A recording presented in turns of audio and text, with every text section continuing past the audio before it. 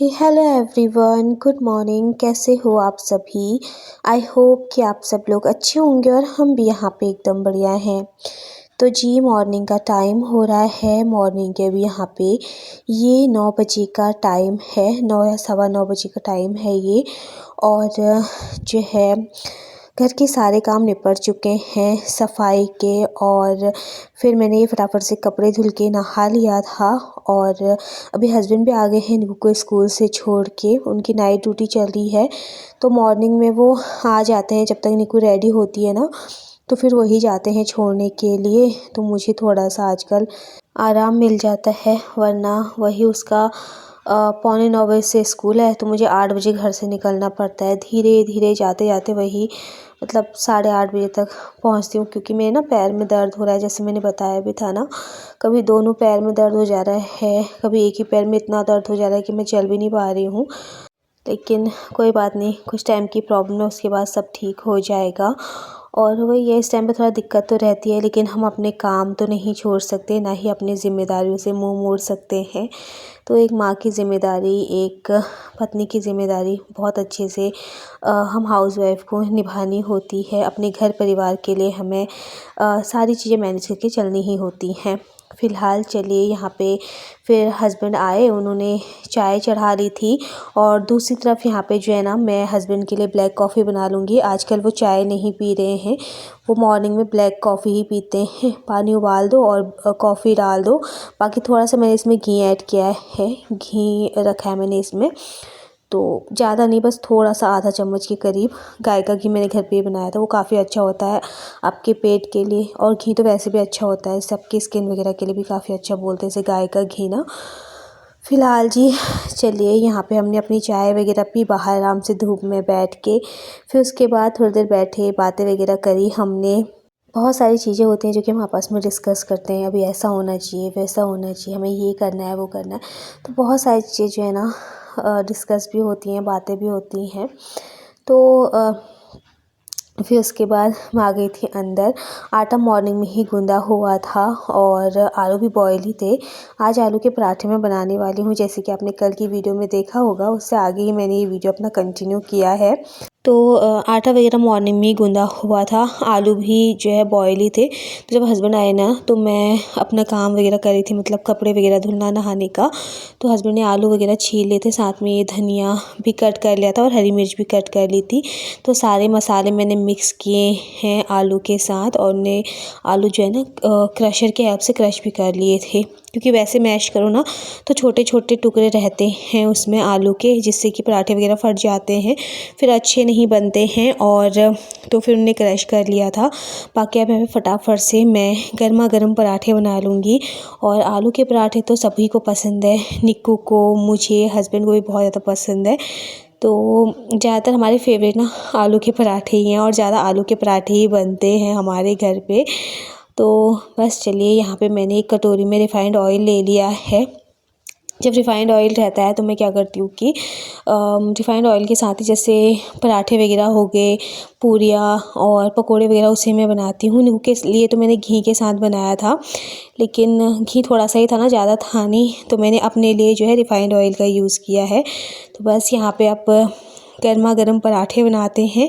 और पराठे तो आप कितने भी दे दो, मतलब खाए जाते, पेट तो फुल हो जाता है, लेकिन मन ही नहीं भरता पराठों से। मेरे साथ ऐसा बहुत होता है, मन करता है और खाती जाओ खाती जाओ। तो बस वही है। तो खूब सारी स्टफिंग में इसके अंदर भर के फिर बनाती हूँ, मतलब स्टफिंग ज़्यादा रहती है, जो आटा रहता है ना वो कम रहता है। क्योंकि जब आलू के जो पराठे होते हैं ना, उसमें स्टफिंग ज़्यादा रहती है ना आलू की, तभी खाने में टेस्टी लगते हैं।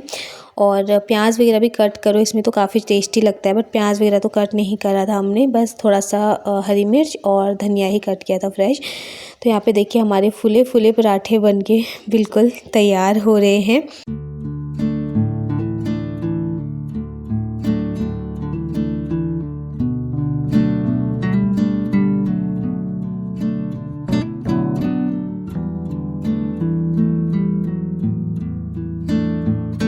तो जी चलिए यहाँ पे जो है हमारे पराठे बनके बिल्कुल रेडी हो चुके हैं। साथ में मैंने एक तरफ चाय चढ़ा दी थी और साथ में ही मैंने पीनट्स की चटनी बना ली थी मॉर्निंग में ही, और थोड़ा सा ये लहसुन, हरा धनिया, टमाटर, प्याज की चटनी थी तो वो है। और यहाँ पे सबसे पहले प्लेट में हस्बैंड के लगा दूँगी, उन्हें दे दूँगी खाने के लिए, और साथ में चाय। पराठों के साथ चाय मिल जाती है ना तो और भी मज़ा आ जाता है। गर्मा गर्म पराठे हो, उसके साथ गर्मा गर्म चाय और चटनी हो ना तो मज़ा ही आ जाता है। दही मेरे हस्बैंड को पसंद नहीं है पराठों के साथ, मुझे भी इतना अपना अच्छा नहीं लगता। पहले अच्छा लगता था लेकिन पराठे तो चटनी के साथ ही अच्छे लगते हैं। साथ में अचार वगैरह हो तब तो और भी मज़ा आ जाता है, बट अचार वगैरह था नहीं। हमें ज़्यादातर ना चटनी के साथ ही अच्छा लगता है। फ़िलहाल चलिए अब हस्बैंड की प्लेट लेके चलते हैं बाहर और उन्हें देते हैं सबसे पहले खाने के लिए। फिर उसके बाद मैं अपने लिए लेके आऊँगी। अभी दोनों प्लेट लाना पॉसिबल नहीं था ना, क्योंकि एक हाथ पे कैमरा पकड़ा हुआ था और दूसरे हाथ पे प्लेट थी। तो चटनी कटोरी में बाहर ही लेके आ गई हूँ। जो पीनट्स की चटनी थी ना वो थोड़ा सा ही थी तो मैं वो भी लेके आ गई हूँ, और बाकी इसमें थोड़ा चटनी थी इस वाले बर्तन में, तो इसको मैं पूरा ही लेके आ गई हूँ। चाहिए होगा तो और जो है ले लेंगे इसमें से। और हम चटनी भी ना मतलब ठीक ही खाते हैं। एक तो रहते हैं थोड़ा थोड़ा खाते हैं कई लोग, लेकिन हम चटनी थोड़ा फुल एंजॉय करके ही खाते हैं। और बाकी धूप तो है ही, आज धूप भी काफ़ी अच्छी है। एक दो दिन से क्या हो रहा है ना, कोहरा लग रहा है, हवा चल रही है उसके साथ, लेकिन आज जो है मतलब कोहरा तो हल्का फुल्का लगा हुआ था लेकिन ठंडा इतना नहीं हो रहा था। मतलब धुंध सी लगी हुई थी पर ठंडा नहीं हो रहा था। धूप काफ़ी अच्छी लग रही थी। तो बस यहाँ पे आराम से बैठ के धूप में स्वादिष्ट से जो पराठे हैं और चाय है उसका आनंद लेते हैं।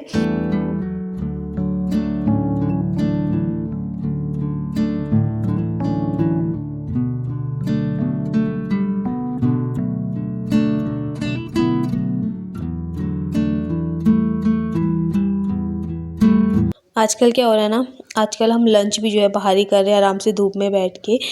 इधर की साइड जहाँ पे हमने चेयर वगैरह लगा रखी है ना हस्बैंड की, वहाँ तक धूप रहती है आराम से 2 बजे तक। तो हम यहाँ पे दरी बिछा के आराम से बाहर अपना एंजॉय करके धूप के साथ लंच भी करते हैं। और फ़िलहाल चलिए ये हो चुका है सीधा शाम का टाइम। आजकल सर्दियों के इन छोटे दिनों में सुबह से शाम कब हो जा रही है ना पता ही नहीं चल रहा है। छोटे दिनों में ऐसे ही होता है कि टाइम का पता ही नहीं चलता। अभी बस निक्को और उसके पापा सो के उठे हैं, मैं भी सोई थी दिन में थोड़ा सा। फिर उसके बाद मैं उठ गई थी और एकदम से अंधेरा हो गया। फिर बाहर से मैं थोड़ा बहुत कपड़े थे धुले थे वो मैं लेके आई हूँ अंदर। फिर निक्को और उसके पापा को उठाया है मैंने, निक्को भी उठ चुकी है, साथ में उसके पापा भी उठ चुके हैं तो अपना मुंह हाथ धोने के लिए गए हैं। तब तक ये जो दिन के बर्तन है ना इनको मैं इनकी जगह पे अरेंज करके रख देती हूँ।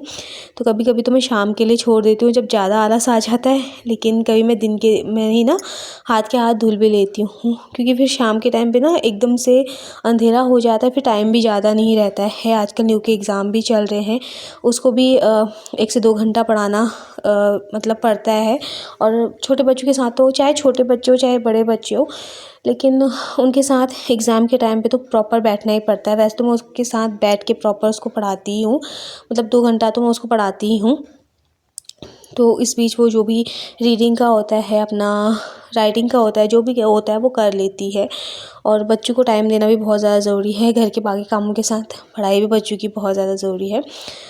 तो बस यहाँ पे एक साइड अभी हस्बैंड चाय बनाने पे लगे हुए हैं, तब तक मैंने सोचा थोड़ा अपना आधा काम मैं निपटा लूँ। यहाँ पे मैं रात की तैयारी भी कर लेती हूँ डिनर की, क्योंकि हस्बैंड की नाइट ड्यूटी है तो वो भी 7:30 बजे घर से निकल जाते हैं। तो टाइम से डिनर बना के उनका टिफ़िन वगैरह रेडी करके उन्हें भेजना होता है ऑफ़िस के लिए। और फिर न्यू की पढ़ाई है, फिर अपने बाकी काम रहते हैं घर के, तो सारी चीज़ें मैनेज करके चलनी होती है एक हाउसवाइफ़ को। तो बस वही है, थोड़ा बहुत अपना काम इस तरीके से मैं सर्दियों के दिन ना थोड़ा आसान करने की कोशिश करती हूँ कि चलो कुछ काम के साथ कुछ काम हो जाए। तो अभी जो है ज़्यादातर हस्बैंड की ड्यूटी रहती है चाय बनाने की, तो चाय वो बहुत अच्छी बनाते हैं। बाकी यहाँ पे मैं सब्ज़ी कट कर लूँगी। आज मैं बनाने वाली हूँ पत्ता गोभी की सब्ज़ी, जो कि मुझे बहुत पसंद है सच में। और लोहे की कढ़ाई में तो और भी ज़्यादा टेस्टी लगती है, बट अभी मैं लोहे की कढ़ाई में नहीं बनाऊँगी, मैं सिल्वर की कढ़ाई में ही बनाऊँगी।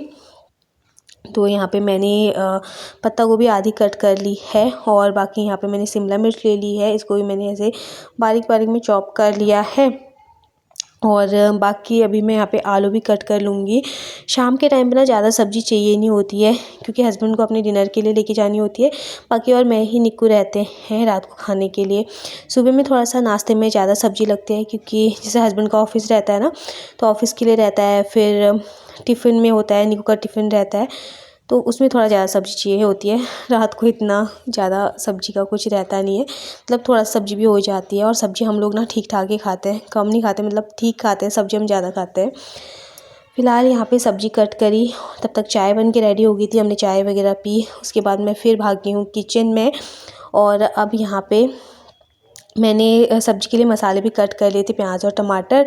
प्याज फ्राई कर लिया है और उसके बाद टमाटर रख दिए हैं ऊपर से, और थोड़ा सा इसको ऐसे ही सौटे करूँगी।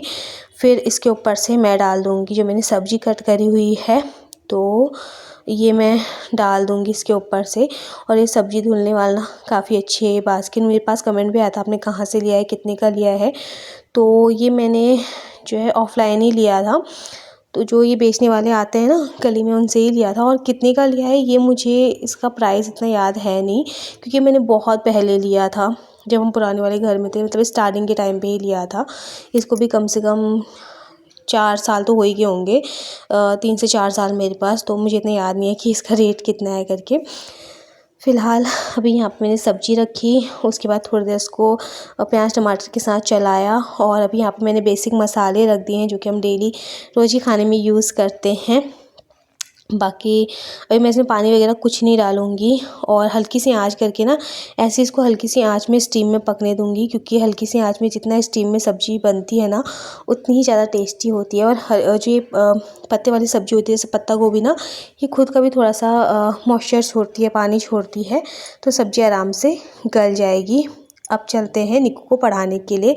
ये काम मेरा यहाँ पे किचन का हो चुका है, बस मुझे रोटियाँ बनानी है अभी थोड़ी देर में। बढ़िया होंगे।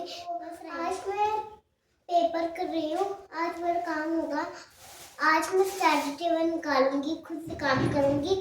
और ये देखो मैंने क्या बनाया, मैंने ही बनाया सब कुछ। तो चलो मैं भी काम करती हूँ, तो आपसे बाद में मिलती हूँ। Bye bye, take care, love you all.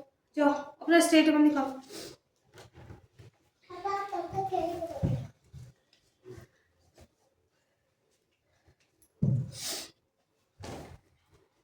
अपना स्टडी टेबल तो निकालो बेटा। निकाली मम्मा। पेन इसमें तो है।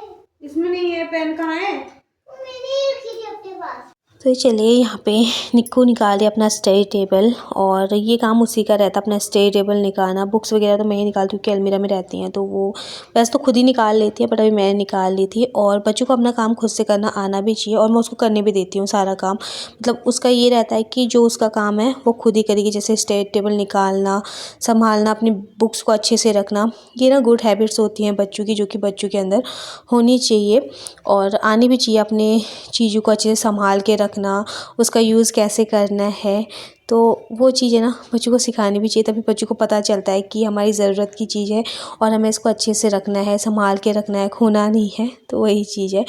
बाकी कल उसका मैथ का एग्ज़ाम है, तो वही प्रिपरेशन मैं उसको करवा रही थी।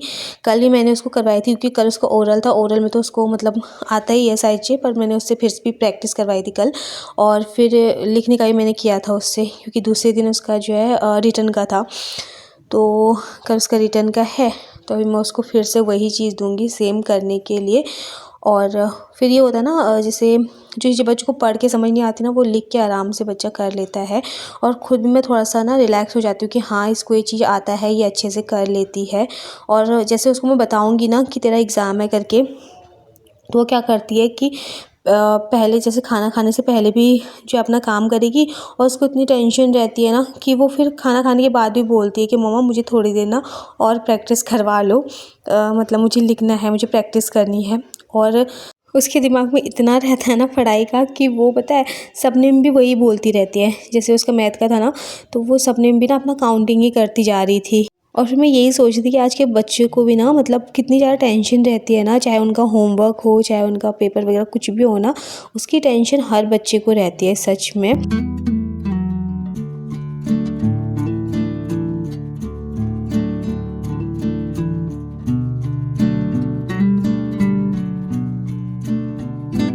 फ़िलहाल जी चलिए यहाँ पे मैंने उसको आधा चीज़ें पढ़ने के लिए दे दिया था, मतलब दूसरे दिन के जो एग्ज़ाम की थी ना उसका ओरल था, तो उसकी प्रैक्टिस उसने कर ली जब तक मैंने उसका पेपर बनाया। अभी उसको मैं करने के लिए दे दूँगी, तो वो अपना कर रही है यहाँ पे। तो उसको बड़ी मस्ती के साथ, मतलब बच्चों को ना जितना आप मस्ती के साथ पढ़ाओगे, जितना एंजॉय के साथ पढ़ाओगे ना, बच्चा बहुत जल्दी सीख जाता है। और कभी कभी तो मैं भी चिड़चिड़ी सी भी हो जाती हूँ, लेकिन ज़्यादातर बच्चों को बहुत फ़न के साथ पढ़ाओ ना, तो बच्चा आपसे डरेगा भी नहीं और इजीली आपको सारी चीज़ें बता देगा, और ये चीज़ है। और छोटे बच्चों के साथ थोड़ा सा करना भी पड़ता है, मतलब अच्छे से उनसे बातें वगैरह मना के उनसे करवाना पड़ता है काम, ताकि वो अच्छे से सीख जाए और अच्छे से इंजॉय करके अपना पढ़े। वरना फिर एक प्रेशर के साथ बच्चा पढ़ता है और फिर दिमाग में भी कुछ नहीं घुसता। स्पेशली मेरे साथ भी बहुत बार ना ऐसा होता है, जब मैं कोई भी काम ना प्रेशर के साथ करती हूँ ना, मतलब कि हाँ मुझे ये प्रेशर लेके करती हूँ कि हाँ मुझे ये करना है करना है करना है, तो वो उसमें ना मुझे घबराहट होती है, फिर वो अच्छे से हो भी नहीं पाता अगर कोई घबराहट में काम हो। तो आप रिलैक्स होके करोगे कि नहीं हो जाएगा अच्छे से, शांति से अपना दिमाग माइंड शांत करके, तो वो काम अच्छे से हो जाता है। फ़िलहाल जी चलिए यहाँ पे पतिदेव भी जा चुके हैं अपना ऑफ़िस के लिए, और फिर मैंने बाहर जो हमारा छत का गेट है वो लॉक किया था, बाहर की लाइट्स वगैरह मैं ऑफ़ कर देती, फिर उसके बाद मेरा बाहर जाने का होता नहीं, मैं बाहर जाती भी नहीं उसके बाद। फिर अपना ये लकड़ी वाला गेट बंद किया और फिर पर्दे वगैरह लगाए, बस फिर अंदर ही अंदर का ही काम रहता है। बाकी ये थोड़ा बहुत कपड़े थे वो मैं इनको फ़ोल्ड करके फटाफट अलमारी में रख दूँगी, और न्यू की यूनिफ़ॉर्म थी स्पोर्ट्स वाली, वो सूखी नहीं थी, मैंने चेयर पे ऐसे ही रखी हुई है। बाकी यहाँ पे थोड़ी देर निक्कू को पढ़ाई करवाएंगे और फिर उसके बाद हम डिनर करेंगे और उसके बाद सोने की तैयारी करेंगे। फ़िलहाल इसी के साथ वीडियो का एंड करूँगी। Bye bye, take care and good night, love you all.